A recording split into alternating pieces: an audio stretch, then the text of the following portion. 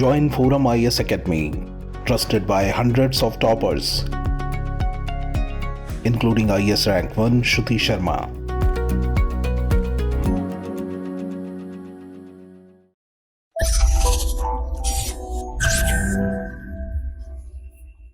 Hello everyone, welcome back to Forum IAS YouTube channel. आज 16 मार्च है और 16 मार्च को मैंने द हिंदू से 3 टॉपिक्स लिए हैं डिस्कशन करने के लिए। जो पहला टॉपिक है वो है ऑकस का। ऑकस एक सबमरीन अलायंस है between Australia, United Kingdom and the United state. ठीक है, ये पहला टॉपिक है डिस्कशन के लिए। जो दूसरा टॉपिक है वो है फाइनेंस कमीशन ने जो फॉर्मूला डिसाइड किया है रेवेन्यू रिसोर्सेज को शेयर करने के लिए, उसको लेके कुछ स्टेट्स की शिकायतें रहती हैं, सदर्न स्टेट्स की पर्टिकुलरली, उसके बारे में डिस्कस करेंगे। ठीक है, और जो तीसरा टॉपिक है वो है bank failures in the United states और कैसे इंडिया में जो बैंक्स हैं उनके फेलियर्स को प्रिवेंट किया जा सकता है। ठीक है, तो सिलिकॉन वैली बैंक अभी फेल हुआ है यूएस में, लेमन ब्रदर क्राइसिस के बाद सबसे बड़ा बैंक फेलियर यूनाइटेड स्टेट्स में, ये इसके बारे में डिस्कस करेंगे। फाइन, और जो कंटेंट है मैंने हैंड रिटन फॉर्मेट में ये प्रिपेयर किया है और इसको आप डाउनलोड कर सकते हैं डिस्क्रिप्शन सेक्शन में जाके। इसके डाउनलोड का लिंक दिया गया है वहाँ पे। लिंक का नाम है यूपीएससी करंट अफेयर्स। ये एक टेलीग्राम चैनल है और यहाँ पे जाके आप इस कंटेंट को डाउनलोड कर लें अपने फर्दर रिवीजन के लिए। मैं तो ये आपको एडवाइस करूँगा कि डेली जब आप रात को सोने जाते हैं तो 10 मिनट या 15 मिनट मुश्किल से टाइम लगेगा, इसको एक बार रिवाइज कर लें और विद इन 1 वीक एक बार और इसको रिवाइज कर लें।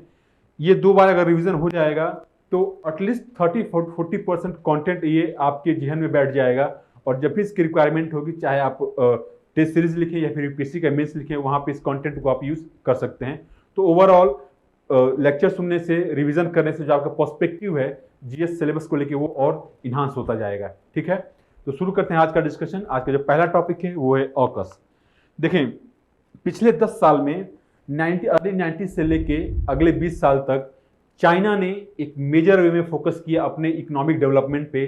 चाइना ने ओवर डबल डिजिट में अपना इकोनॉमिक ग्रोथ अटेन किया और जब उसका इकोनॉमी उसकी स्ट्रांग होगी, उसके बाद उसने फोकस अपने मिलिट्री मॉडर्नाइजेशन पे किया। मिलिट्री का भी एक्सपेंशन एक मेजर वे में हुआ है। तो पिछले 10 साल में ये देखने को मिला है कि चाइना एक मेजर ग्लोबल कॉम्पिटिटर उभर के आया है ऑफ द यूनाइटेड स्टेट्स। तो यूएस का अगर कोई ग्लोबल कॉम्पिटिटर है तो वो चाइना है। अब क्या है कि चाइना को कंटेन करने के लिए, या फिर ये कहें कि एशिया पैसिफिक में, इंडो पैसिफिक में एक डिटरेंस और स्टेबिलिटी लाने के लिए यूएस भी कई तरह के उपाय करता रहता है। ठीक है, तो अलायंसेस स्टेब्लिश करना, ठीक है, लोकल बैलेंस ऑफ पावर बनाना, कि सिर्फ यूएस के लिए पॉसिबल नहीं है कि सारा अपना मिलिट्री इंफ्रास्ट्रक्चर इंडो पैसिफिक में शिफ्ट करके चाइना को कंटेन किया जा सके, बल्कि यूएस ये चाहता है कि जो लोकल पावर्स हैं, जो रीजनल पावर्स हैं इंडो पैसिफिक में, उनके साथ अलायंसेस किया जाए, उनकी मिलिट्री कैपेबिलिटी को इंप्रूव किया जाए कि चाइना को कंटेन किया जा सके और चाइना के एग्रेसिव बिहेवियर को कंट्रोल किया जा सके, या फिर ये कहें कि उसके पावर को मैच किया जा सके। तो आप देखें कि जापान का मिलिट्री कैपेबिलिटी बढ़ाना, साउथ कोरिया का मिलिट्री कैपेबिलिटी बढ़ाना, इंडिया के साथ जो क्रिटिकल डिफेंस टेक्नोलॉजी है उसमें कोऑपरेशन करना, तो ये तमाम तरीके अपनाए हैं यूएस ने चाइना के अराउंड एक तरह का बैलेंस ऑफ पावर क्रिएट करने के लिए। इसी कॉन्टेक्स्ट में क्वाड बना। क्वाड हमें हालांकि किसी तरह का मिलिट्री एलिमेंट नहीं है, यूएस जरूर चाहता है इसमें कि क्वाड एक मिलिट्री अलायंस बन के निकले, लेकिन क्वाड में भी कोई मिलिट्री एस्पेक्ट इसका नहीं है। Malabar exercise in quad members के ही बीच में होता है, लेकिन क्वाड से और मालाबार एक्सरसाइज कोई उसका फॉर्मल लिंक नहीं है। ठीक है, तो यूएस को एक एक्सप्लिसिट मिलिट्री अलायंस चाहिए इंडो पैसिफिक में चाइना को कंटेन करने के लिए, और ऑस्ट्रेलिया एक ऐसी कंट्री है जो कि चाइना के एग्रेसिवनेस को मैच कर सकती है। जिस तरह से कोविड के समय ऑस्ट्रेलिया ने डिमांड किया कोरोना वायरस ओरिजिन को इंस्पेक्ट करने के लिए। ठीक है, तो इस तरह से अगर देखा जाए तो ऑस्ट्रेलिया भी एक मेजर पावर बन के उभरता हुआ दिख रहा है। इसी कॉन्टेक्स्ट में यूएस ने एक सबमरीन अलायंस किया है जिसका नाम है AUKUS, Australia, United Kingdom and United States. इन तीनों के बीच में ये एक सबमरीन अलायंस है। इसका ऑब्जेक्टिव बेसिकली ये है कि ऑस्ट्रेलिया का जो नवल सबमरीन फ्लीट है उसको उसकी टेक्नोलॉजी को, उसकी स्ट्रेंथ को और इम्प्रूव किया जाए। पर्टिकुलरली यहाँ पे बात हो रही है न्यूक्लियर सबमरीन्स की। तो जो कन्वेंशनल डीजल पावर्ड सबमरीन्स होती हैं उसकी ऑकस में कहीं बात नहीं की गई है। जो न्यूक्लियर प्रोपेल्ड सबमरीन्स हैं उनकी बात की जा रही है यहाँ पे। तो बेसिकली ये डील हुआ था, ये एग्रीमेंट हुआ था 2021 में, लेकिन अभी कुछ दिन पहले यूनाइटेड स्टेट्स में तीनों ही कंट्री के जो हेड ऑफ द स्टेट हैं वो गए वहाँ पे, और ये हुआ था सैन डियागो कैलिफोर्निया में। ठीक है, तो आप देखें कि ये एक यूएस का नवल बेस है जहाँ पे एक नवल फ्लीट पे ये तीनों ही लीडर्स हैं, और यहाँ पे इन्होंने एग्रीमेंट किया है। अगर आप देखें पीछे, अगर एक सिंबॉलिक इसका इंपॉर्टेंस है कि जो पीछे सबमरीन दिख रही है ये वर्जीनिया क्लास सबमरीन है। ठीक है, तो वर्जीनिया क्लास सबमरीन एक न्यूक्लियर पावर्ड सबमरीन है, और इसमें जो आर्म्स होते हैं वो कन्वेंशनल होते हैं, न्यूक्लियर नहीं होते हैं। तो ऑस्ट्रेलिया को भी जो सबमरीन्स दी जाएंगी वो न्यूक्लियर प्रोपेल्ड होंगी, लेकिन उसमें न्यूक्लियर आर्म नहीं होगा। फाइन, तो ये न्यूक्लियर सबमरीन पैक्ट हुआ है इन तीनों कंट्रीज के बीच में। इन तीनों ही कंट्रीज के बीच में क्यों हुआ है, देखिए इसमें क्या है कि एक तो ये है कि इन तीनों का ऑब्जेक्टिव मैच करता है, to contain the rise of China, to control the aggressive behaviour of China. फिर एक बात इसमें यह है कि यूके के पास डिजाइन है, डिजाइन और डेवलपमेंट कैपेबिलिटी है सबमरीन्स को लेके। यूएस के पास क्रिटिकल सेंसिटिव टेक्नोलॉजीज हैं जो कि न्यूक्लियर सबमरीन्स में यूज होती हैं, और ऑस्ट्रेलिया को रिक्वायरमेंट है, ऑस्ट्रेलिया उसको फाइनेंस करेगा। ठीक है, तो कई फेसेस में ये जो पैक्ट है वो इवॉल्व होगा। तो देखें कि ये जो है एक तरह से ट्राइलेटरल डिफेंस पैक्ट है। ठीक है, ट्राइलेटरल डिफेंस पैक्ट है, उसका ऑब्जेक्टिव यही है to promote deterrence and stability in the Indo Pacific. Objective क्या है, ऑब्जेक्टिव है to assist Royal Australian Navy to develop, build and operate conventionally armed nuclear powered submarine. ठीक है, तो ये जो है बेसिकली जो रॉयल ऑस्ट्रेलियन नेवी है उसके सबमरीन कैपेबिलिटी को स्ट्रेंथन करने के लिए पैक्ट है।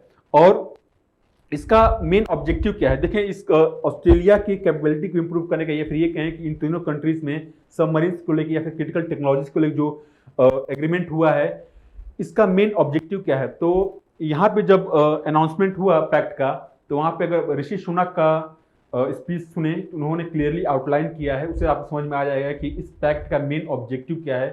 तो इन्होंने पॉइंट आउट किया है कि Russia's illegal invasion of Ukraine, ठीक है, China's growing assertiveness, destabilizing behavior of Iran and North Korea. तो Russia, China, Iran, North Korea, ये चार कंट्रीज को इन लोगों ने पॉइंट आउट किया है। तो बेसिकली ये जो अलायंस है ये ऑपरेट करेगा against this four countries, particularly against China. ठीक है, और ये जो पैक्ट है ये 3 फेसेस में है। तो देखिए सबमरीन, जो न्यूक्लियर सबमरीन्स होती है, काफी कॉम्प्लेक्स होती हैं, किसी भी कंट्री के लिए पॉसिबल नहीं है इस तरह की टेक्नोलॉजीज को इनोवेट करना, या फिर कोई टेक्नोलॉजी किसी को ट्रांसफर कर दिया जाए तो भी उसको एब्जॉर्व करना आसान नहीं है। जो नवल पर्सनल्स होते हैं उनकी डिफरेंट लेवल की ट्रेनिंग होती है न्यूक्लियर सबमरीन्स को ऑपरेट करने के लिए। तो इसीलिए ये पैक्ट कई फेसेस में इवॉल्व होगा। तो पहले फेस में क्या होगा कि जो यूके की और यूएस की सबमरीन्स है, न्यूक्लियर सबमरीन्स है, उसमें जो रॉयल ऑस्ट्रेलियन नेवी के पर्सनल्स है वो जाके उसमें ट्रेन होंगे। ठीक है, तो जो टेक्निकल नो हाउ है उसके बारे में समझेंगे और ट्रेन करेंगे। उसके बाद क्या होगा कि जो पोर्ट विजिट है वो बढ़ेगा यूके और यूएस के न्यूक्लियर सबमरीन्स का, कहाँ पे, ऑस्ट्रेलिया में। तो यूके और यूएस की नेवल फ्लीट्स जो है जाएंगी ऑस्ट्रेलियन पोर्ट पे, और ऑस्ट्रेलियन पोर्ट पे जाएंगी, वहाँ पे उनका हो सकता है मेंटेनेंस का कुछ इंफ्रास्ट्रक्चर डेवलप हो। तो धीरे धीरे जो है एक टेक्निकल नो हाउ ऑस्ट्रेलियन जो रॉयल नेवी है ऑस्ट्रेलिया की, उसमें ये नो हाउ डेवलप करने की कोशिश की जाएगी। तो पहला जो फेस है उसमें जो पर्सनल्स हैं नेवी के उनको ट्रेन करना। जो दूसरा फेस है, दूसरे फेस में क्या होगा कि जो यूएस है वो 5 Virginia class nuclear submarine sale कर सकता है ऑस्ट्रेलिया को। तो 3 तो करे होगा ही होगा, अप टू 5 भी हो सकता है। थर्ड फेस में क्या होगा कि एक्चुअली सेकेंड फेज का एक और हिस्सा ये है कि यूके अपने यहाँ डिजाइन एंड डेवलप करके न्यूक्लियर सबमरीन फिर बेचेगा इसको, ऑस्ट्रेलिया को। तो पहला ये है कि पहले जो यूएस है वो रेडीमेड वर्जीनिया क्लास सबमरीन बेचेगा, फिर उसमें क्या होगा कि यूके तीनों कंट्रीज का जो मिलिट्री इंडस्ट्रियल कॉम्प्लेक्स है उसको इंटीग्रेट करके सभी जो टेक्निकल स्टाफ हैं उनको एक साथ काम करा के और यूके में डेवलप किया जाएगा, डिज़ाइन किया जाएगा, जो कि फिर वो सबमरीन जाएंगी ऑस्ट्रेलिया के पास। फिर क्या होगा कि लास्ट फेज में ऑस्ट्रेलिया की कैपेबिलिटी को इम्प्रूव किया जाएगा कि ऑस्ट्रेलिया अपने यहाँ खुद न्यूक्लियर सबमरीन्स को डेवलप कर सके। ठीक है, तो वही है कि इसको बोला जाएगा एसएसएन ऑकस। और ये जो एसएसएन ऑकस डेवलप होंगी, ये तीनों कंट्रीज का इसका जो ऑपरेशन होगा, ऑनरशिप होगा, इन तीनों कंट्रीज का होगा। तो आप देखें कि यूएस यूके मिलके ऑस्ट्रेलिया का जो सबमरीन फ्लीट है उसको बूस्ट करने की कोशिश यहाँ पे हो रही है। मेन रीजन उसका यही है कि इन केस ऑफ क्राइसिस वो ऑपरेट कर सके साउथ चाइना सी में। न्यूक्लियर सबमरीन्स का ये है कि जो न्यूक्लियर फ्यूल होता है ये जल्दी खत्म नहीं होता है।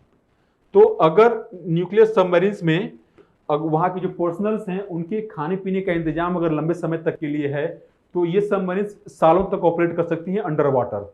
और सबसे बड़ा थ्रेट इसका ये होता है, जो डीजल सबमरीन्स होती हैं उनको विदिन 24 और 36 आवर्स या फिर जो उनके पास एक्सटेंडेड कैपेबिलिटी है अंडर वाटर रहने का, वो उनको भी 72 आवर के अंदर में पानी से सतह से ऊपर आना पड़ता है।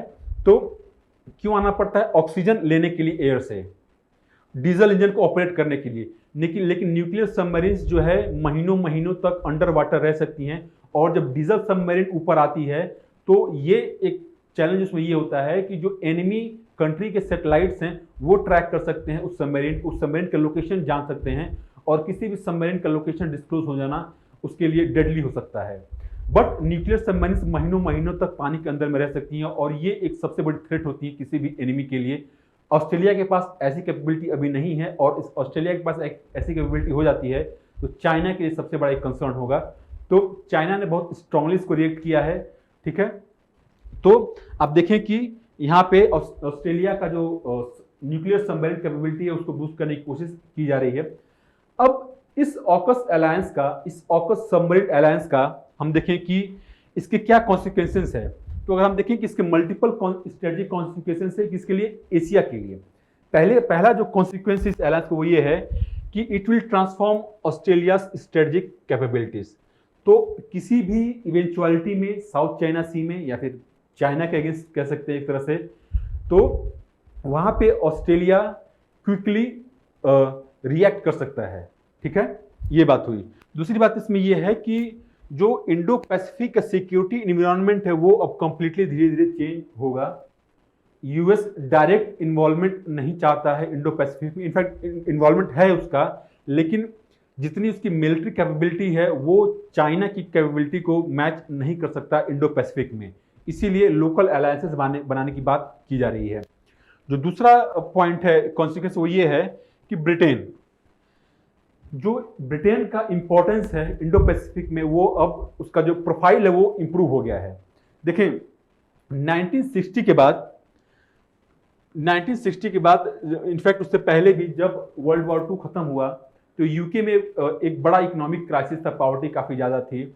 1960 के बाद यूके ने फॉर्मली अनाउंस किया है कि जो ईस्ट ऑफ स्वेज है, ठीक है, तो अगर आप देखें कि यहाँ पे अगर इजिप्ट है, ये स्वेज कैनाल है, ठीक है, ये अफ्रीका है, तो ईस्ट ऑफ स्वेज यानी कि वेस्ट एशिया से लेके साउथ ईस्ट एशिया तक उसकी जो सिक्योरिटी रिस्पॉन्सिबिलिटी है वो रिस्पॉन्सिबिलिटी अब यूके नहीं लेगा। तो जैसे जैसे यूके ने ये स्पेस खाली किया वैसे वैसे यूएस ने इस स्पेस को फिल किया, फाइन। लेकिन अगर हम देखें कि यूक्रेन में जिस तरह का एक्टिविज्म यूनाइटेड किंगडम ने दिखाया है, तो कहीं ना कहीं जो सेंट्रल यूरोपियन कंट्रीज हैं या फिर यूरोपियन कंट्रीज हैं उसमें उसका जो स्टेचर है वो बढ़ गया है। ठीक है, कि ब्रिटेन जो है एक्टिवली इन्वॉल्व है रशिया के कंटेनमेंट में या फिर यूरोपियन सिक्योरिटी आर्किटेक्चर में ब्रिटेन का एक क्रिटिकल इन्वॉल्वमेंट है, क्रिटिकल रोल है। यूक्रेन में ऐसा हुआ, फिर इंडो पैसिफिक में ऑकस पैक्ट करके इंडो पैसिफिक में जो उनके एलाइज हैं उनकी कैपेबिलिटी बूस्ट करने की बात हो रही है। तो कहीं ना कहीं यूरोप से बाहर निकल के इंडो पैसिफिक में भी यूनाइटेड किंगडम अपनी इन्वॉल्वमेंट जो है बढ़ाना चाह रहा है, और ये उसका जो एक सिक्योरिटी प्रोफाइल है वो इन्हांस होगा इससे, फाइन। तो कहीं ना कहीं इंडिया का जो एक स्ट्रेटेजिक स्टेब्लिशमेंट है, सिक्योरिटी स्टेब्लिशमेंट है, ये ब्रिटेन के कैपेबिलिटी को, ब्रिटेन के जो पावर प्रोजेक्शन है उसको कहीं ना कहीं अंडर एस्टिमेट किया जा रहा था। अब ऐसा नहीं हो सकता क्योंकि ब्रिटेन भी एक्टिवली इन्वॉल्व होने जा रहा है और भी अलग रीजन्स के सिक्योरिटी कैलकुलस में। ठीक है, जो तीसरा इंपॉर्टेंस इसका ये है कि AUKUS has reinvigorated the idea of an Anglosphere. Anglosphere का मतलब ये इंग्लिश स्पीकिंग पीपल। तो बेसिकली हम बात करें कि जैसे कि यूके जहाँ पे इंग्लिश मैन है, यूके से निकल के ऑस्ट्रेलिया बना, न्यूजीलैंड बना, यूएस बना, कनाडा बना, तो ये जो कंट्रीज हैं इनके बीच में एक इंड्यूरिंग जियोपॉलिटिकल बॉन्ड अब धीरे धीरे बनता हुआ दिख रहा है। तो पहले after World War two 5 eyes की बात की जा रही थी। 5 आइज बेसिकली ये एक इंटेलिजेंस शेयरिंग मैकेनिज्म था। इंटेलिजेंस शेयरिंग मैकेनिज्म था किसके बीच में? 5 कंट्रीज के बीच में, Canada, United states, UK, France और ऑस्ट्रेलिया में। लेकिन ये सिर्फ इंटेलिजेंस शेयरिंग मैकेनिज्म था। ऑकस जो एक ट्राइलेटरल पैक्ट है, इसमें अब बात की जा रही है जो कि मिलिट्री इंडस्ट्रियल कॉम्प्लेक्स है तीनों कंट्रीज का, इसको इंटीग्रेट करने के लिए। तो ये एक डिफरेंट लेवल का पैक्ट है और ये देखने को मिल रहा है कि जो एंग्लोस्फेयर है, यानी जो इंग्लिश स्पीकिंग कंट्रीज हैं, इनके बीच में एक इंड्यूरिंग जियोपॉलिटिकल बॉन्ड बनता हुआ दिख रहा है। ठीक है, चौथा कॉन्सिक्वेंस ये है कि न्यूक्लियर प्रोलिफरेशन के बारे में कुछ रशिया ने ये पॉइंट आउट किया है कि ये न्यूक्लियर प्रोलिफरेशन है। देखें, जो एनपीटी है, एनपीटी का जो ऑस्ट्रेलिया है, ऑस्ट्रेलिया ने एनपीटी को साइन किया है, न्यूक्लियर नॉन प्रोलिफरेशन ट्रीटी को। तो अब कोई न्यूक्लियर आर्म्ड कंट्री किसी नॉन न्यूक्लियर आर्म्ड कंट्री को के साथ इस तरह का कोऑपरेशन करती है तो एनपीटी के अंदर में इस तरह का कहीं भी एनपीटी इसको प्रोहिबिट नहीं करता। ठीक है, तो किसी भी तरह का अगर न्यूक्लियर टेक्नोलॉजी कोई कंट्री, कोई न्यूक्लियर आर्म्ड कंट्री किसी नॉन न्यूक्लियर आर्म्ड कंट्री को ट्रांसफर करती है तो आईएईए को प्रॉपरली इन्फॉर्म करती है। अगर न्यूक्लियर पावर्ड सबमरीन ऑस्ट्रेलिया के पास आती भी हैं तो आईएईए का वहां पे प्रॉपर इंस्पेक्शन होगा। ठीक है, ऑस्ट्रेलिया को अलाउ करना पड़ेगा इंस्पेक्शन के लिए कि इस टेक्नोलॉजी का कहीं मिसयूज तो नहीं हो रहा है। प्रेसिडेंट बाइडेन ने भी कहा है कि we are transferring only nuclear propulsion technology, not nuclear arms technology. Means कि यहाँ पे न्यूक्लियर बॉम्ब बनाने की टेक्नोलॉजी ट्रांसफर नहीं की जा रही है, सिर्फ न्यूक्लियर प्रोपल्सन की बात की जा रही है। देखें, जो सबमरीन्स होती हैं वो एसएसएन एक होती हैं, ठीक है, एक होता है एसएसबीएन। एसएसएन में क्या होता है कि न्यूक्लियर टेक्नोलॉजी का सबमरीन्स में 2 तरीके से इस्तेमाल किया जा सकता है। एक उसको प्रोपेल करने के लिए, दूसरा उसमें न्यूक्लियर मिसाइल्स जो बॉम्ब है उसके यूज करने के लिए। तो जो ऑस्ट्रेलिया को मिल रहा है वो न्यूक्लियर प्रोपल्सन टेक्नोलॉजी मिल रहा है, न्यूक्लियर बॉम्ब टेक्नोलॉजी नहीं मिल रहा है। ठीक है, तो यूएस ने साफ साफ इस बात को क्लियर कर दिया है और प्रेसिडेंट बाइडेन ने ये भी क्लियर किया है कि ये जो अलायंस है ये किसी और कंट्री के लिए एक्सटेंड नहीं किया जाएगा। मीन्स कि जो उसकी इंपॉर्टेंट एलाइज हैं लाइक जापान या फिर एक इंपॉर्टेंट पार्टनर है इंडिया, तो इन कंट्रीज को उसमें इंक्लूड नहीं किया जाएगा। इंडिया के लिए ये कोई दिक्कत नहीं है। क्यों? पहली बात तो ये है कि अगर ऑकस बना तो इंडिया को लूप में रखा गया, इंडिया को बताया गया कि इसका ऑब्जेक्टिव क्या है, ठीक है, इसका पर्पस क्या है इस अलायंस का। दूसरी बात ये है कि एक मिलिट्री अलायंस है, एक तरह का मिलिट्री टेक्नोलॉजी अलायंस कह सकते हैं इसको। बट इंडिया किसी भी तरह के एक्सप्लिसिट मिलिट्री अलायंस में नहीं आना चाहता। ठीक है, तो क्वाड में काफी प्रेशर था यूएस की तरफ से कि इसमें एक मिलिट्री एलिमेंट लाया जाए, लेकिन इंडिया के रेजिस्टेंस की वजह से उसमें किसी भी तरह का मिलिट्री का इन्वॉल्वमेंट नहीं है और इंडिया भी नहीं चाहता कि वो ऑकस में आए क्योंकि यहाँ पे मिलिट्री अलायंस की बात की जा रही है। ठीक है, तो अब यहाँ पे जब यूएस की कोशिश ये है कि लोकल बैलेंस ऑफ पावर बनाया जाए, तो लोकल बैलेंस ऑफ पावर में क्या है कि जो उनके अपने एलाइज हैं उनकी कैपेबिलिटीज को बूस्ट कर रहे हैं, इंडिया के साथ क्रिटिकल डिफेंस टेक्नोलॉजी में कोऑपरेशन हो रहा है। तो इंडिया को अब ये करना है कि जो यूएस है, वाशिंगटन और उसके एलाइज के साथ मिलके हम अपनी कैपेबिलिटी को बूस्ट करें और कंट्रीब्यूट कर सकें इन रीजनल पीस एंड सिक्योरिटी। ठीक है, तो इंडिया को इस अलायंस का फायदा मिल सकता है। ठीक है, इसके अलायंस का फायदा डिफरेंट तरीके से मिल सकता है। हम जैसे कि हमारा ऑस्ट्रेलिया के साथ भी अच्छे टर्म्स हैं, हमारे उनके साथ कई तरह कोऑपरेशन है, तो अगर डिफेंस टेक्नोलॉजीज में ऑस्ट्रेलिया की कैपेबिलिटी बूस्ट होगी तो कहीं ना कहीं इंडिया भी अपने साइंटिफिक कोऑपरेशन या फिर मिलिट्री टेक्नोलॉजी कोऑपरेशन ओपन कर सकता है ऑस्ट्रेलिया के साथ, और खुद भी जो मिलिट्री टेक्नोलॉजी है उसको एब्जॉर्ब कर जो ऑस्ट्रेलिया के पास हैं। तो इस तरह के कुछ एग्रीमेंट्स हो सकते हैं इंडिया और ऑस्ट्रेलिया के बीच में आने वाले समय में। तो इंडिया को भी इसका फायदा हो सकता है, बट डिफरेंट तरीके से। फाइन, तो ये था ऑकस। और जो नेक्स्ट आर्टिकल है वो है फाइनेंस कमीशन के बारे में और रेवेन्यू डिस्ट्रीब्यूशन के बारे में। देखें, रेवेन्यू क्या होता है कि जो भी स्टेट्स हैं, स्टेट्स जब जो भी रेवेन्यू कलेक्ट करते हैं तो वो सेंटर के पास जाता है। तो सेंटर का जो टैक्स कलेक्शन है, it is pooled resources of all the states.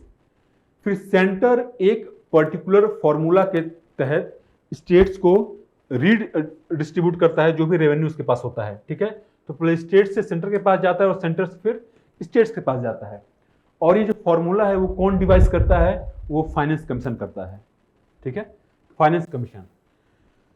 कुछ स्टेट्स का, खासकर जो सदर्न स्टेट्स हैं लाइक तमिलनाडु, केरला, कर्नाटका, इनकी शिकायत ये है कि इनका जो रेवेन्यू कंट्रीब्यूशन है in the central pool of resources वो ज़्यादा है, बट इनको जो शेयर मिलता है वो बहुत कम है, और जो स्टेट्स कम कंट्रीब्यूट करते हैं उनको ज़्यादा मिलता है। ये इनकी शिकायत है। तो अगर इस पर हम डाटा देखें तो डाटा के हिसाब से अगर तमिलनाडु स्टेट 1 रुपए देता है सेंट्रल गवर्नमेंट को तो उसको रिटर्न में कितना मिलता है? 0.29 पैसे। ठीक है, अगर यूपी की हम बात करें तो यूपी अगर 1 रुपए देता है तो इसको रिटर्न में 2 रुपए 73 पैसे मिलते हैं। मीन्स जो रेवेन्यू रिसोर्सेज देता है सेंट्रल गवर्नमेंट यूपी को, वही बिहार को 7.06 पैसे मिलते हैं। तो ये सदर्न स्टेट्स का जो है शिकायत है कि हम जितना कंट्रीब्यूट करते हैं उस प्रोपोर्शन में हमें रिसोर्स नहीं मिलता है सेंट्रल गवर्नमेंट से। ठीक है, तो इनका कहना है एक जो फॉर्मूला है वो skewed in the favour of some states, उसकी वजह से क्या है कि इंटर स्टेट वेरिएशन ज़्यादा हो गया है। ठीक है, अगर यहाँ पे हम देखें कि जो क्या इनको रिटर्न में मिलता है, तो तमिलनाडु का इसमें बताया 0.29 पैसे, बिहार का 7.06 पैसे, ऐसे ही आप अलग अलग स्टेट्स का देख सकते हैं। ठीक है, तो इसका रीजन ये है कि क्यों ये इंटर स्टेट वेरिएशन है टैक्स रेवेन्यू के डिस्ट्रीब्यूशन में। जो सदर्न स्टेट की शिकायत है कि पॉपुलेशन एक सिंगल कॉज है कि पॉपुलेशन को इस जो फॉर्मूला डिसाइड किया जाता है फाइनेंस कमीशन से, उस फॉर्मूले में पॉपुलेशन का वेटेज ज़्यादा है, और इसकी वजह से जिस स्टेट का जितना ज़्यादा पॉपुलेशन है उसको ज़्यादा पैसे मिलते हैं। और ये बात काफ़ी हद तक ठीक भी है। क्यों? क्योंकि अगर हम देखें कि जो फाइनेंस कमीशन फॉर्मूला डिसाइड करता है उसमें population, forest and ecology, per capita income, खुद का टैक्स रेवेन्यू, फर्टिलिटी रेट, तो ये जो तमाम पैरामीटर्स हैं इसको ध्यान में रख के फॉर्मूला बनाया जाता है। तो बेसिकली 3 तरह के पैरामीटर्स हैं। स्टेट्स नीड्स में आ जाएगा पॉपुलेशन, एरिया और फॉरेस्ट एंड इकोलॉजी। इक्विटी में आएगा per capita income difference. Means कि अगर सदर्न स्टेट्स का पर कैपिटा ज़्यादा है और नॉर्दर्न स्टेट्स का पर कैपिटा इनकम कम है, तो इनके जो नॉर्दर्न स्टेट्स हैं उनको ज़्यादा मिलेगा। फिर है परफॉर्मेंस क्या? उनके खुद के टैक्स रेवेन्यू कलेक्शन का और फर्टिलिटी रेट का, यानी जो स्टेट फर्टिलिटी रेट को कंट्रोल करता है उसको भी वेटेज मिलेगा, उस फर्टिलिटी रेट का भी वेटेज मिलेगा फॉर्मूला के डिवीजन जब फॉर्मूला बनाया जाएगा। ठीक है, तो आप देखें कि जो स्टेट नीड्स है उसको 40% वेटेज है, और जो इक्विटी का जो वेटेज है वो 45% है, और परफॉर्मेंस का वेटेज सिर्फ 15% है। ठीक है, तो इनका कहना यह है कि जो पॉपुलेशन का ज़्यादा वेटेज है फाइनेंस कमीशन के फॉर्मूला में, it is reward to those who are not able to control population. Means कि जिन्होंने पॉपुलेशन कंट्रोल किया है पिछले 50 सालों में, उनको डिसइंसेंटिवाइज किया जा रहा है, और जिन्होंने पॉपुलेशन कंट्रोल नहीं किया है like southern states UP Bihar, उनको इंसेंटिवाइज किया जा रहा है। ठीक है, ये शिकायत है सदर्न स्टेट्स की। अब देखें नेक्स्ट पार्ट में, तो हम देखें कि पिछले कुछ फाइनेंस कमीशंस में कैसे जो सदर्न स्टेट्स हैं उनको जो रिसोर्सेज जाते हैं कैसे घटते गए हैं।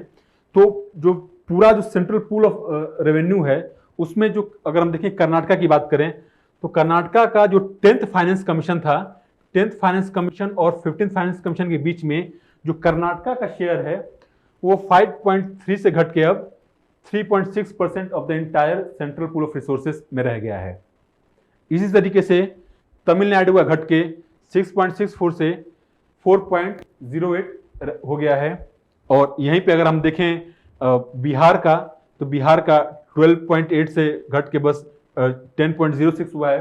तो 10.06 इनका और तमिलनाडु का आप देखें 4.08, तो बिहार यूपी का या फिर और स्टेट्स का ज़्यादा है कंपैरेटिवली। ठीक है, तो इसी को ध्यान में रख के, जैसे कि जो सदर्न स्टेट की शिकायत थी कि नहीं पॉपुलेशन जिनका ज़्यादा उनको ज़्यादा रेवेन्यू जा रहा है, इसी बात को ध्यान में रख के 15th फाइनेंस कमीशन ने जिसको हेड किया था एनके सिंह ने जो फॉर्मूला बनाया उसमें पहली बार फर्टिलिटी रेट को एज ए पैरामीटर इंट्रोड्यूस किया गया फाइनेंस कमीशन के फॉर्मूला सेटिंग में। ठीक है, तो फर्टिलिटी रेट को इसलिए इंट्रोड्यूस किया गया कि जिस स्टेट्स ने अपने आप फर्टिलिटी कंट्रोल किया, पॉपुलेशन कंट्रोल किया, उनको भी इंसेंटिव मिले। ठीक है, उनके भी इस एस्पेक्ट को ध्यान में रखा जाए।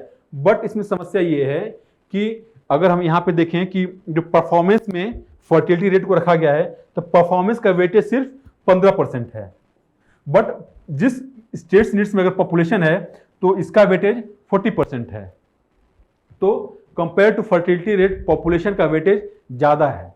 फाइन, तो ये जो फॉर्मूला है, इस फॉर्मूले का बेसिकली क्रिटिसिज्म है कि जो फॉर्मूला है इंसेंटिवाइज कर रहा है उन स्टेट्स को जिन्होंने कभी पॉपुलेशन अपना कंट्रोल नहीं किया, और फर्टिलिटी रेट का जो वेटेज है वो काफ़ी कम है, तो कहीं ना कहीं एक डिसइंसेंटिव की तरह काम कर रहा है सदर्न स्टेट्स के लिए। लेकिन जो एक्सपर्ट्स हैं उनका कहना ये है कि जो फाइनेंस कमीशन फॉर्मूला डिज़ाइन करता है उसका ऑब्जेक्टिव ये नहीं होता है कि जो स्टेट जितना कंट्रीब्यूट कर रहा है सेंट्रल पूल ऑफ रिसोर्सेज में उस प्रोपोर्शन में उसको रिटर्न मिले। जब दोबारा डिस्ट्रीब्यूट किया जाए रेवेन्यू को तो उसी प्रोपोर्शन में उसको मिले, ये ऑब्जेक्टिव नहीं होता है फाइनेंस कमीशन का, या फिर आप कहें कि फिस्कल फेडरलिज्म का। फाइनेंस कमीशन के फॉर्मूले का ऑब्जेक्टिव ये होता है कि हॉरिजॉन्टल इक्विटी। हॉरिजॉन्टल इक्विटी का मतलब ये है कि जितने भी स्टेट्स हैं किसी की कैपेबिलिटी ज़्यादा है, किसी की कैपेबिलिटी कम है, बट जो रिसोर्सेस हैं उसको इस तरह से रीडिस्ट्रीब्यूट किया जाए कि they are able to provide comparable level of services. तो तमाम तरह की सर्विसेज हैं। ऐसा ना हो कि अगर वाटर, टैप वाटर हर घर में सप्लाई करना है तमिलनाडु में और यूपी में, तो तमिलनाडु के पास ज़्यादा कैपेबिलिटी है कि वो कर सकता है, यूपी नहीं कर सकता। ठीक है, तो यूपी को ज़्यादा रिसोर्सेज जाएंगे अगर उसके यहाँ ज़्यादा रिक्वायरमेंट है तो फाइन। तो जितना ज़्यादा कह सकते हैं कि अंडर डेवलपमेंट है उतनी ज़्यादा सेंट्रल पूल ऑफ रेवेन्यू में इनका शेयर होता है। फाइन, तो और एक और बात इसमें ये है कि जो सदर्न स्टेट्स ये कहते हैं कि हम सबसे ज़्यादा टैक्स रेवेन्यू कंट्रीब्यूट कर रहे हैं क्योंकि हमारा कलेक्शन एफिशिएंसी ज़्यादा है या फिर हमारे यहाँ पर कैपिटा इनकम ज़्यादा है। तो एक जो एक्सपर्ट्स का ये भी कहना है कि अगर तमिलनाडु में, कर्नाटका में, केरला में अगर पर कैपिटा इनकम ज़्यादा है तो ये सिर्फ स्टेट्स की एफर्ट से नहीं है, कहीं ना कहीं सेंट्रल गवर्नमेंट की पॉलिसीज रही हैं जो उन स्टेट्स के ज़्यादा फेवरेबल रही हैं, या फिर उनका कुछ ज्योग्राफिकल लोकेशन ऐसा है कि वहाँ पे जो मैन्युफैक्चरिंग इंडस्ट्री है वो ज़्यादा वहाँ पे गई, वहाँ के लोगों को ज़्यादा एम्प्लॉयमेंट मिला, पर कैपिटा इनकम उनका बढ़ा। तो बहुत सारे अदर रीजंस हैं कि वहाँ पे प्रॉस्पेरिटी ज़्यादा है या फिर उनका जो टैक्स कलेक्शन है वो ज़्यादा है। फॉर एग्जांपल अगर आप देखें इंडिया में कि तमिलनाडु है, ठीक है, यहाँ पे अगर तमिलनाडु है और यहाँ पे यूपी है या फिर यहाँ पे महाराष्ट्र है, तो तमिलनाडु एक कोस्टल स्टेट है, तो कोई भी मैन्युफैक्चरिंग इंडस्ट्री कोस्टल स्टेट में अपने प्लांट इस्टेब्लिश करेगी क्योंकि वहाँ पे ज़्यादा सुविधा है एक्सपोर्ट करने के लिए। यूपी में, बिहार में जो इंटीरियर स्टेट्स हैं वहाँ पे मैन्युफैक्चरिंग इस्टेब्लिशमेंट्स बहुत कम लगेंगे क्योंकि फिर यूपी से मैं प्रोड्यूस करना, फिर उसको पोर्ट्स पे लेके जाना, फिर वहां से एक्सपोर्ट करना, तो इनपुट कॉस्ट ज़्यादा हो जाएगा इनका। इस वजह से चाहे इनको इनपुट्स इंपोर्ट करना हो या फिर प्रोडक्ट्स एक्सपोर्ट करना हो, तो कोस्टल स्टेट्स में मैन्युफैक्चरिंग इंडस्ट्री वगैरह स्टेब्लिश करना ज़्यादा सुटेबल होता है। तो यही कई सारे रीज़न रहे हैं कि जो सदर्न स्टेट्स हैं उनका जो पर कैपिटा इनकम ज़्यादा है। तो ओवरऑल अगर ग्रोथ करना है कंट्री का, तो सेंट्रल गवर्नमेंट को ध्यान रखना पड़ेगा कि सभी स्टेट्स जो है कंपेरेबल लेवल डेवलप करें। अदरवाइज होगा क्या कि जिसके जो कम टैक्स रेवेन्यू देगा उसको कम दिया जाए, जो ज़्यादा दे रहा है उसको ज़्यादा दिया जाए, तो होगा क्या कि कंपेरेबल लेवल सर्विसेज नहीं होंगे, या फिर जो डेवलपमेंट एक्सपेंडिचर है वो poor states like UP Bihar का कम हो जाएगा। और उससे क्या होगा कि एक हम टर्म यूज करते हैं ज्योग्राफी में, रीजनल डिस्पैरिटी। ठीक है, रीजनल डिस्पैरिटी हो जाएगा इंडिया में, यानी कि कुछ स्टेट्स जो हैं जिनके पास पहले से ग्रोथ मोमेंटम है, ज़्यादा रेवेन्यू रिसोर्सेस हैं, वो ज़्यादा तेज़ी से ग्रो करेंगे, और कुछ स्टेट जो हैं जो यूपी और बिहार हैं जिसके पास ग्रोथ मोमेंटम नहीं है, एग्रीकल्चर बेस्ड इकोनॉमी है, इनका ग्रोथ कम हो जाएगा, डेवलपमेंट कम हो जाएगा, इसकी वजह से रीजनल डिस्पैरिटी होगा। ठीक है, तो ऑब्जेक्टिव ये है फाइनेंस कमीशन के फॉर्मूले का कि हॉरिजॉन्टल इक्विटी, सभी states comparable level of services provide कर सकें अपने लोगों को। फिर सदर्न स्टेट्स का क्रिटिसिज्म ये है कि अगर ज़्यादा रिसोर्सेज दिया जा रहा है लाइक यूपी और बिहार को, तो large proportion of revenue is not leading to development in human development parameters, या फिर ये कहें कि जो स्टेट का per capita net state domestic product है उसमें भी कहीं इंप्रूवमेंट देखने को नहीं मिल रहा है। तो आप देखें कि जो यूपी बिहार को ₹1 अगर यूपी बिहार कंट्रीब्यूट कर रहे हैं एक रुपए सेंट्रल गवर्नमेंट को, तो यूपी को मिल रहा है 2.73 पैसे, ₹2.73, और बिहार को मिल रहे हैं मोर देन ₹7। बट ये जो ज़्यादा रेवेन्यू इन स्टेट्स को जा रहा है, it is not leading to comparable level of development. तो आप देखें यहाँ पे कि जो ह्यूमन डेवलपमेंट इंडेक्स है, इस स्कोर में यूपी और बिहार सबसे नीचे हैं। ठीक है, या फिर जो नेट स्टेट पर capita net state domestic product है, उसमें भी आप देखें कि यूपी बिहार सबसे नीचे हैं। तो इनका भी क्रिटिसिज्म जस्टिफाइड है कहीं ना कहीं कि अगर ज़्यादा रेवेन्यू जा रहा है इन स्टेट्स को, तो it is not leading to comparable level of development. ठीक है, लेकिन despite all criticism central government इस तरह से नेग्लेक्ट नहीं कर सकता सदर्न जो वीक स्टेट्स हैं उनके डेवलपमेंट डिमांड को। ठीक है, तो जो ऑब्जेक्टिव है रेवेन्यू रीडिस्ट्रीब्यूशन का वो है हॉरिजॉन्टल इक्विटी। ठीक है, हॉरिजॉन्टल इक्विटी। फाइन, तो ये था हमारा दूसरा आर्टिकल। जो तीसरा आर्टिकल है आज का वो है यूएस में बैंक फेलियर्स को लेके। तो 2008 में जब लेमन ब्रदर क्राइसिस हुआ था, उसको हम बोलते हैं सब प्राइम क्राइसिस। ठीक है, या फिर ग्लोबल फाइनेंशियल क्राइसिस।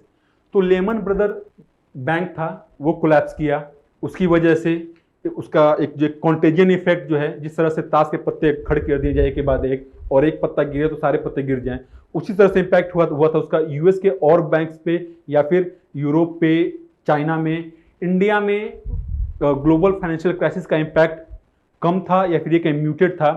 रीज़न ये था कि इंडिया में जो रेगुलेटरी पॉलिसीज थी वो काफ़ी स्ट्रांग थी, काफ़ी रेजिलिएंट थी, और इंडियन गवर्नमेंट ने, आरबीआई ने प्रॉम्प्टली एक्ट किया उस इम्पैक्ट से, उस क्राइसिस से इंडियन बैंकिंग सिस्टम को या फिर इंडियन इकोनॉमी को इंसुलेट करने के लिए।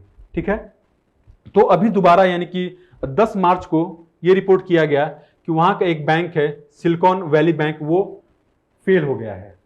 फेल क्यों हो गया? क्योंकि वो जो डिपॉजिटर्स थे उनके डिमांड को, उनकी विड्रॉल डिमांड को बैंक मीट नहीं कर पाया। उसके कुछ स्पेसिफिक रीज़न है।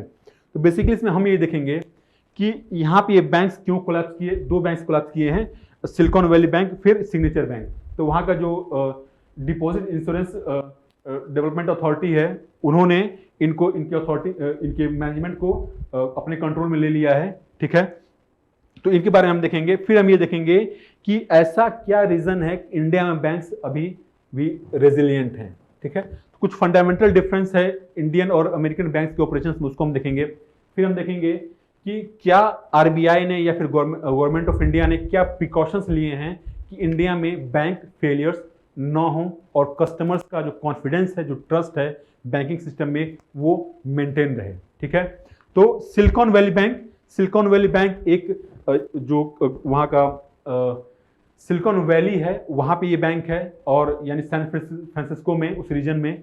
तो ये बैंक बेसिकली क्या करता था कि देखें, कोई भी बैंक प्रॉफिट के लिए ऑपरेट करता है। प्रॉफिट के लेने के लिए इनके कुछ फिलॉसफी होती है। कुछ बैंक्स क्या करते हैं कि देखें, ये इनके पास डिपॉजिट्स आते हैं, डिपॉजिट्स को लोग लेंड करते हैं, और बीच का जो डिफरेंस होता है ये इनका प्रॉफिट होता है। कुछ बैंक्स होते हैं जो कि लो ग्रोथ लो रिस्क पे ऑपरेट करते हैं, यानी कि उन सेक्टर्स को, उन एंटिटीज को ये लेंड करते हैं जहां पे कि रिस्क कम हो, भले ही वहां पे जो रिटर्न है इनको कम मिले। कुछ बैंक्स होते हैं जो हाई ग्रोथ और हाई रिस्क पे ऑपरेट करते हैं, यानी कि ये उन सेक्टर्स को या फिर उन एंटिटीज को ये लेंड करते हैं पैसा जहां पे हाई ग्रोथ का प्रोस्पेक्ट हो, यानी कि हाई रिटर्न उनको मिले, लेकिन वहां पे हाई रिस्क भी रहता है। तो they are able to take that risk in return of high profit. ठीक है, अब सिलिकॉन वैली बैंक क्या कर रहा था कि जितने भी स्टार्टअप्स हैं उनको ये फाइनेंस कर रहा था। स्टार्टअप्स के साथ समस्या ये है कि इनको जल्दी फाइनेंस मिलना मुश्किल होता है, तो स्टार्टअप्स को फाइनेंस कर रहा था। जो ट्रेडिशनल बैंक्स हैं वो जल्दी स्टार्टअप्स को फाइनेंस नहीं करते हैं, तो सिलिकॉन वैली बैंक स्टार्टअप्स को फाइनेंस कर रहा था। ठीक है, स्टार्टअप्स को, वेंचर कैपिटलिस्ट को फाइनेंस कर रहे थे लोग, और ये जो थे स्टार्टअप्स ये अपना पैसा भी डिपॉजिट करके रख रहे थे सिलिकॉन वैली बैंक में। और सिलिकॉन वैली बैंक के पास जो डिपॉजिट्स थे ये इन्वेस्ट कर रहा था कहां पे? यूएस ट्रेजरी में। ठीक है, सिलिकॉन वैली बैंक में पैसा आया, डिपॉजिट आया स्टार्टअप्स का, ये जो पैसा है वो इन्वेस्ट किया गया यूएस ट्रेजरी में। ठीक है, अब हुआ क्या है कि यूएस में due to inflation US Fed ने वहां पे इंटरेस्ट रेट बढ़ाना शुरू किया। ठीक है, तो जैसे जैसे इंटरेस्ट रेट वहां पे बढ़ा है तो ये जो इन्वेस्टमेंट है बैंक का उसकी वैल्यू घट गई, मीन्स कि वो पैसा फंस गया। अगर उस पैसे को जो अगर कोई विड्रॉ करना चाह रहा है अपना पैसा, या फिर विड्रॉल का ज़्यादा डिमांड है, तो विड्रॉल डिमांड को मीट करने के लिए अब इसको अपना जो ट्रेजरीज ने खरीदा वो बेचना पड़ेगा। बेचने के लिए अब लॉस झेलना पड़ेगा। तो अगर ये करता तो ऑलमोस्ट $2 बिलियन का लॉस होता है, जिस तरह से डिमांड था पैसे विड्रॉल का। तो हुआ क्या कि पैसा यूएस ट्रेजरी फंसा रहा, और जो इन्होंने डिपॉजिट किया था, अब स्टार्टअप्स के साथ एक और समस्या हुई कि इनको और जगह से अब इन्वेस्टमेंट मिलना धीरे धीरे कम हो गया पिछले 1 साल में लगभग। उसकी वजह से जो स्टार्टअप्स हैं वो अपना पैसा विड्रॉ कर रहे थे सिलिकॉन वैली बैंक से, लेकिन 10 मार्च को क्या हुआ, 9-10 मार्च को, कि सिलिकॉन वैली बैंक में जो पैसा विड्रॉ किया जा रहा था उस विड्रॉल डिमांड को सिलिकॉन वैली बैंक नहीं मीट कर पाया। उसकी वजह से वहां पे इस तरह का बैंक रन हुआ, और जो उसके डिपॉजिटर्स उनमें एक पैनिक क्रिएट हो गया। उसी के बाद जो है, अच्छा पैनिक क्यों क्रिएट किया? इसका जो सारा पैसा था, most of the money US treasury या फिर मॉर्गेज में फंस गया था पैसा, और ये जो विड्रॉल डिमांड उसको मीट नहीं कर पाया और बैंक फेल हो गया। ठीक है, तो वहां का जो डिपॉजिट इंश्योरेंस अथॉरिटी थी उन्होंने इस बैंक का मैनेजमेंट अपने कंट्रोल में ले लिया। इसके बाद एक सिग्नेचर बैंक है वहां का न्यूयॉर्क का, इसके मैनेजमेंट को कंट्रोल में ले लिया गया, क्योंकि हालांकि ये बैंक फेल नहीं हुआ था, लेकिन जैसे सिलिकॉन वैली बैंक फेल हुआ तो कहीं ना कहीं ये पाया गया कि इस बैंक के फंडामेंटल्स वीक हैं और ये भी कभी भी कोलैप्स कर सकता है। तो इसकी वजह से इसको भी इसके मैनेजमेंट कंट्रोल में ले लिया गया। तो ये जो सिग्नेचर बैंक है ये बेसिकली जो क्रिप्टो करेंसीज हैं उनमें सर्विसेज दे रहा था अपने। ठीक है, तो क्रिप्टो करेंसी की इंडस्ट्री पिछले साल बहुत बड़े तरीके से कोलैप्स की, तो उसके बाद ये भी डर था कि ये बैंक भी कोलैप्स कर सकता है। हालांकि जैसे ये बैंक कोलैप्स हुआ वो 10 मार्च को हुआ, ये 12 मार्च को हुआ। उसके बाद यूएस अथॉरिटीज ने ये एश्योर किया जो भी डिपॉजिटर्स हैं, इंडिया से भी इनफैक्ट काफी सारे जो स्टार्टअप्स हैं उन्होंने इन्वेस्ट कर रखा था, डिपॉजिट कर रखा था अपना पैसा सिलिकॉन वैली बैंक में। तो जो यूएस के अथॉरिटीज हैं like US Fed, in fact president Biden खुद आए, उन्होंने कहा कि जो डिपॉजिटर्स हैं, डिपॉजिटर्स का जो पैसा है बैंक में वो सिक्योर है। ठीक है, और डिपॉजिटर्स का सारा पैसा रिटर्न किया जाएगा, और यूएस कमिटेड है एक रेजिलिएंट बैंकिंग सिस्टम मेंटेन करने के लिए। अब उसका इंपैक्ट वर्ल्ड में क्या पड़ा? तो दुनिया भर में जो बैंक के स्टॉक्स हैं उन पे इंपैक्ट पड़ा उसका। 1-2 दिन तक बैंक के स्टॉक्स गिरे, लेकिन फिर दोबारा वो कंट्रोल में आ गए। रीजन उसका ये है कि इंडिया में भी बैंक स्टॉक्स गिरे थे, लेकिन इंडिया के बैंकिंग सिस्टम पे इसका इम्पैक्ट नहीं पड़ा। इनफैक्ट लेमन ब्रदर का भी इम्पैक्ट इंडिया के बैंकिंग सिस्टम पे नहीं पड़ा। रीजन उसका एक ये भी है कि इंडिया में गवर्नमेंट जो है, इंडिया के बैंकिंग सिस्टम में एक तरह का ट्रस्ट है, या फिर ये कहें कि जो रेगुलेटरी और मॉनिटरिंग पॉलिसीज हैं वो काफ़ी रेजिलियंट है इंडिया में। फाइन, तो अभी हम देखेंगे कि ऐसा क्या रीजन था कि जो इंडियन बैंक्स थे they remain unaffected despite global interconnectedness. पहला रीजन ये है कि इंडिया में जो बैलेंस शीट का स्ट्रक्चर है बैंक्स का वो डिफरेंट है कंपेयर टू यूएस। तो इंडिया और यूएस में जो बैंक्स हैं उनका जो बैलेंस शीट है वो डिफरेंट है। पहला डिफरेंस ये है जो डिपॉजिट्स हैं, देखिए कोई अगर स्टार्टअप अगर सिलिकॉन वैली बैंक में डिपॉजिट कर रहा है तो वो एक तरह का कॉर्पोरेट है, और जब पैसा विड्रॉ करेगा तो बल्क में करेगा। इंडिया में बल्क में विड्रॉवल अलाउड नहीं है, ठीक है। तो जिस तरह से बल्क में पैसा विड्रॉ किया जाता है यूएस में, इंडिया में वैसा नहीं होता है। क्यों? क्योंकि इंडिया में जो डिपॉजिट्स है बैंक में वो हाउस होल्ड सेविंग्स के डिपॉजिट्स हैं, और यूएस में कॉर्पोरेट्स के डिपॉजिट्स हैं। तो जब कॉर्पोरेट्स पैसा निकालेंगे तो बल्क में निकालेंगे, और जब हाउस होल्ड्स पैसा निकालते हैं अपना तो वो बहुत कम पैसा निकालते हैं, या तो मल्टीपल ऑफ थाउजेंड्स में या फिर फ्यू लाख में पैसा विड्रॉ करेंगे। लेकिन यूएस में अगर विड्रॉ करेंगे तो इन मल्टीपल्स ऑफ मिलियन में करेंगे, ठीक है। तो पहली बात यह है कि बड़ा डिमांड विड्रॉ करने का नहीं आ सकता इंडिया में। जो दूसरा ये है कि जो डिपॉजिट्स हैं वो सबसे ज़्यादा जो पब्लिक सेक्टर बैंक्स हैं उनके पास हैं, और उसके बाद जो मेजर चंक ऑफ डिपॉजिट्स हैं वो जो प्रोमिनेंट प्राइवेट सेक्टर बैंक्स हैं लाइक एचडीएफसी, आईसीआईसीआई, इनके पास हैं। तो इनका जो फंडामेंटल्स है वो काफ़ी स्ट्रांग है और लोगों को ट्रस्ट भी है।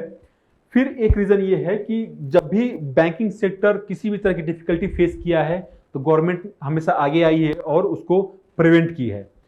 फॉर एग्जाम्पल, अभी हाल में आपको एग्जाम्पल दें यस बैंक का। यस बैंक क्राइसिस से गुजर रहा था, गवर्नमेंट ने उसको रेस्क्यू किया, ठीक है। 2008 में आईसीआईसीआई के साथ इश्यू हुआ, लोग कुछ ऐसा इसके साथ डेवलपमेंट्स हुए कि लोग अपना पैसा निकालना शुरू कर दिए, तमाम बैंक्स में लाइन लग गया, एटीएम्स में लाइन लग गया। आरबीआई ने ये इंश्योर किया कि जितने लोगों ने अपना पैसा विड्रॉ करना चाहा सबका पूरा पूरा पैसा मिल गया उसको। और गवर्नमेंट ने, आरबीआई ने, तमाम जो फिजिकल मॉनिटरी अथॉरिटीज़ हैं उन्होंने ये इंश्योर किया। उनके जो कमेंट्स थे, फाइनेंस मिनिस्ट्री के जो कमेंट्स थे, स्टेटमेंट्स आए, उससे ये पता चला कि नहीं, गवर्नमेंट जो है जितने भी डिपॉजिटर्स के पैसे हैं वो सिक्योर हैं। तो कहने का मतलब ये है कि अगर आईसीआईसीआई बैंक में, यस बैंक में क्राइसिस हुआ तो डिपॉजिटर्स का मनी पे कोई इम्पैक्ट नहीं पड़ा। तो कहीं ना कहीं जो कस्टमर्स हैं उनका कॉन्फिडेंस लेवल मेंटेन रहा या फिर इंप्रूव हुआ इंडियन बैंकिंग सिस्टम में। और उसका एक रीज़न ये है मॉनिटरी और रेगुलेटरी पॉलिसीज इन इंडिया। तो ऐसे क्या कुछ एक्स्ट्रा इंस्ट्रूमेंट्स इंडिया में हैं जो कि इंडियन बैंकिंग सिस्टम के कोलैप्स होने से या किसी बैंक कोलैप्स होने से प्रिवेंट करते हैं। देखें, यहाँ पे जो सिलिकॉन वैली के साथ इशू हुआ, सिलिकॉन वैली के साथ इशू ये हुआ कि जब यूएस फेड ने इंटरेस्ट रेट बढ़ाया तो इनका जो इन्वेस्टमेंट था ट्रेजरी में वो फंस गया पैसा। इंडिया में भी गवर्नमेंट सिक्योरिटीज में बैंक इन्वेस्ट करते हैं, तो जो इंटरेस्ट रेट क्या होता है ये साइक्लिकल होता है, कभी ज़्यादा होगा कभी कम होगा। तो जब भी इंटरेस्ट रेट ज़्यादा होगा थोड़ा सा रिस्क रहता है। इसीलिए आरबीआई ने 2018 में एक सर्कुलर जारी करके ये कहा कि बैंक्स को एक इन्वेस्टमेंट फ्लक्चुएशन रिजर्व बनाना है। मीन्स कि ये एक साइक्लिकल टूल रहेगा कि जब भी इंटरेस्ट रेट बढ़ता है तो उसके इम्पैक्ट से ये रिजर्व इंसुलेट करेगा बैंक्स को। क्यों? क्योंकि बैंक्स का पैसा फंसा हुआ रहता है और उसको वो लिक्विडेट नहीं कर सकते, क्योंकि उसको अगर लिक्विडेट करेंगे, बेचेंगे तो उनका लॉस होगा। और तो उस टाइम में जब इंटरेस्ट रेट्स ज़्यादा हैं तो इस रिजर्व, इस पैसे का इस्तेमाल करके उनका जो भी अपना ऑपरेशनल एक्सपेंडिचर है वो करें, या फिर विड्रॉल डिमांड है उसको मीट करें। तो इसके लिए एक एडिशनल रिजर्व बनाया गया, ये बनाया गया 2018 में, ठीक है। फिर आरबीआई ने डिसाइड किया कि एक जो इंपॉर्टेंट बैंक्स हैं इंडिया में, जो जिनका की ऑपरेशन बड़ा है, इनके पास डिपॉजिट्स और एसेट्स बहुत ज़्यादा है, उनके लिए एक अलग कैटेगरी बनाई जाए या फिर उनके लिए एक additional layer of protection create किया जाए। तो आरबीआई ने क्या किया कि डोमेस्टिक सिस्टमेटिकली इंपॉर्टेंट बैंक्स का कैटेगरी बनाया। और इन बैंक्स का ये है इसमें कि कैसे सेलेक्ट किया जाता है, वो इस पर ये डिपेंड करता है कि इनका जो एसेट्स है, एसेट्स और डिपॉजिट्स है, ये 2% ऑफ जीडीपी से अगर ज़्यादा है तो उनको बोला जाएगा डोमेस्टिक सिस्टमेटिकली इंपॉर्टेंट बैंक। जो भी डीएसआईबी है उनको एक फर्दर एडिशनल रिजर्व रखना पड़ता है, जो डिपॉजिट्स हैं या फिर जो इन्वेस्टमेंट्स है उस रिस्क को प्रिवेंट करने के लिए। ठीक है, तो एक कैपिटल कंजर्वेशन बफर है जो कि एसेंशियल होता है किसी भी बैंक को रखने के लिए। In addition to capital conservation buffer, common equity tier 1, ये भी पैसा रखने की रिक्वायरमेंट बैंक्स को होती है। किसको? जो डोमेस्टिकली सिस्टमेटिक इंपॉर्टेंट बैंक्स हैं। तो ये जो 2% का क्राइटेरिया है इसको कौन मीट करता है? एसबीआई, एचडीएफसी और आईसीआईसीआई। इनको बोला जाता है टू बिग टू फेल। अब ये होता है इसमें ये कि अगर कोई बैंक सिस्टमेटिकली इंपॉर्टेंट बैंक है और उसको पता है कि हमारा इंपॉर्टेंस ज़्यादा है इकोनॉमी में, तो कल को अगर कुछ इश्यूज होते हैं तो गवर्नमेंट रेस्क्यू करेगा हमें, तो कहीं ना कहीं इनके अंदर रिस्क एपेटाइट भी बढ़ जाता है। या फिर ये कहें कि जिस तरह की इनकी लेंडिंग पॉलिसी होती है उसमें एलिमेंट ऑफ रिस्क होता है। तो इनका जो कह सकते हैं कि रिस्क एपेटाइट होता है, उसको कंट्रोल करने के लिए, उसको मिटिगेट करने के लिए ये एक एडिशनल बफर रखा गया है, कॉमन इक्विटी टियर 1। ठीक है, तो ये दूसरा रेगुलेटरी पॉलिसी है। जो तीसरा है वो है capital adequacy ratio. Capital adequacy ratio, जो भी लेंड किया जाता है पैसा, ठीक है, तो सारे पैसे तो वापस आते नहीं है, कुछ एनपीए हो जाते हैं, तो उसको मैनेज करने के लिए, बैलेंस करने के लिए कैपिटल एडिक्वेसी रेशियो, तो जितना बैंक्स का जितना पैसा वो लेंड करते हैं उसका एक पर्टिकुलर रेशियो में पैसा इनको एज ए रिजर्व रखना पड़ता है, एज ए बफर रखना पड़ता है। तो जो बेसल थर्ड नॉर्म्स हैं उसके हिसाब से जो कैपिटल एडिक्वेसी रेशियो होना चाहिए वो 8% होना चाहिए। बट इंडिया में आरबीआई ने एक्स्ट्रा कॉशन लेते हुए जितने भी शेड्यूल्ड कमर्शियल बैंक्स हैं उनको 9% रखने के लिए कहा है, और जितने पब्लिक सेक्टर बैंक्स हैं उनको 12% रखने के लिए कहा है। ठीक है, तो आप देख सकते हैं कि इंडिया में यूएस और इंडिया में जो डिफरेंसेस हैं, पहली बात तो ये है कि जो बैलेंस शीट का स्ट्रक्चर है वो डिफरेंट है इंडियन बैंक्स और यूएस बैंक्स का। दूसरा है कि जो एडिशनल लेयर्स ऑफ प्रोटेक्शन है इंडिया में बैंक्स के लिए वो भी यूएस से ज़्यादा हैं। ठीक है, तो अब बात ये आती है कि क्या जरूरत पड़ी एडिशनल प्रोटेक्शन लेने के लिए। पहला रीज़न ये है कि किसी भी तरह का कॉन्टेजियन इफेक्ट ना हो। अगर कोई बैंक कोलैप्स करे, फेल करे, इम्पेयर हो जाए, तो उसका इफेक्ट किसी और बैंक पे ना हो। लाइक जब लेमन ब्रदर क्राइसिस यूएस में हुआ था, इंडिया में उसका इम्पैक्ट कम रहा, या फिर अभी जो सिलिकॉन वैली बैंक क्राइसिस हुआ है तो उसका इम्पैक्ट इंडिया में ऑलमोस्ट नहीं के बराबर पड़ा है। ठीक है, तो एडिशनल लेयर ऑफ प्रोटेक्शन होने से जो कॉन्टेंजियन इफेक्ट है वो नहीं होगा। दूसरी बात यह है कि अगर इस तरह का एडिशनल प्रोटेक्शन ना हो, तो जो अगर कोई बैंक फेल होता है तो इंडियन इकोनॉमी पे उसका रियल इफेक्ट देखने को मिल सकता है। अगर हम देखें कि एसबीआई, अगर पब्लिक सेक्टर में हम बात करें या फिर प्राइवेट सेक्टर में एचडीएफसी, ये बहुत बड़े बैंक्स हैं, और अगर ये फेल होते हैं या फिर इम्पेयर होते हैं तो इनका एक मेजर इम्पैक्ट पड़ सकता है हमारी इकोनॉमी पे। ठीक है, फिर जो थर्ड रीज़न है वो ये है कि जो लोगों का कॉन्फिडेंस है वो डैमेज हो जाएगा और परमानेंटली डैमेज हो जाएगा। फिर एक रीज़न ये है कि जो बैंक्स होते हैं इनका जो फंड है या फिर ये कि जो एसेट्स हैं, दोनों साइड है, बैलेंस शीट के दो साइड, फंडिंग और एसेट, दोनों साइड पे इम्पैक्ट पड़ेगा, और बीच में जो बैंक है वो कोलैप्स हो जाए तो डिपॉजिटर्स और जिनको इन्होंने लेंड किया है, दोनों के ऊपर इम्पैक्ट पड़ेगा अगर बीच में बैंक कोई कोलैप्स कर गया तो इन चीज़ों को ध्यान में रख के इंडिया में जो लोग हैं वो ज़्यादातर पब्लिक सेक्टर बैंक उनका भरोसा है। आज भी गाँव में लोग ज़्यादा गवर्नमेंट बैंक्स में डिपॉजिट करते हैं। तो कहीं ना कहीं आप देखें कि यहाँ पे 12% नॉर्म रखा गया है कैपिटल एडिक्वेसी रेशियो का गवर्नमेंट बैंक्स के लिए, जो पब्लिक सेक्टर बैंक्स हैं उनके लिए। तो कहीं ना कहीं लोगों के कॉन्फिडेंस को, ट्रस्ट को मेंटेन रखने के लिए, जो इकोनॉमी है उसको सफिशिएंट प्रोटेक्शन देने के लिए एडिशनल लेवल ऑफ प्रोटेक्शन यहाँ पे दिया गया है। ठीक है, तो ये था हमारा डिस्कशन आज का एडिटोरियल का। जो डॉक्यूमेंट है, जो कंटेंट है, इसको आप डाउनलोड कर लें फर्दर रिवीजन के लिए। ठीक है, thank you very much for your patience.